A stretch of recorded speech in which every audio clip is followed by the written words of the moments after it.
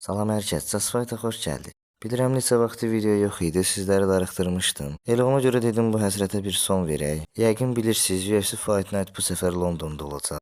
Deməli, kart haqqında ümumi baxışımı və kartın son döyüşü Leon Edwards və Sean Brady döyüşünün texniki tərəflərindən danışacağam. Kart 23 mart tarixində baş tutacaq. Kartda açılışı Quram Kutaladze eləyəcək. Quram Thai boks məktəbini keçib, döyüşü diqqətimi çəkmir açıqcası. Çünki məncə qeyri-adi bir potensialı yoxdur və maksimumuna çatır. Belə düzünə qalsa mən Quramı Xamzatla yaxınçılığına görə tanıyıram. Ondan əvvəl tanımamışam düzü. Prelims kartda başqa tanıdığım döyüşçü yoxdur, amma indi döyüş olar baxarıq.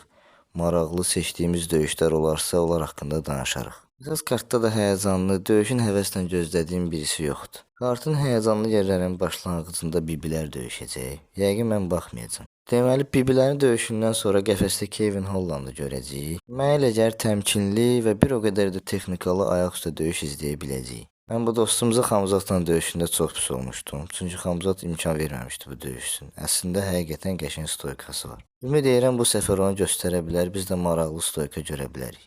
Kart haqqında ümumi fikirlərim, baxışım bu qədərdir. İndi keçək əsas məsələyə. Leon Edwardsla Sean Brady'nin qarşılaşması haqqında biraz danışaq. İlk olaraq onu deyim ki, mənə elə gəlir ki, döyüş %90 ayaqüstə keçəcək. Hər ikisinin Belal Muhammedlə döyüşünə baxdım. Belala ömrü həyatında nokaut sevincini yaşadan adam Sean Brady olub. Yəni heç kimi bitirə bilməyən adam necəsə bu dostumuzu texniki nokautla udub. Əslində Belal Leon Edwards'ı da udub, amma xal hesabı ilə udub. Yəni bunların arasında böyük fərq var.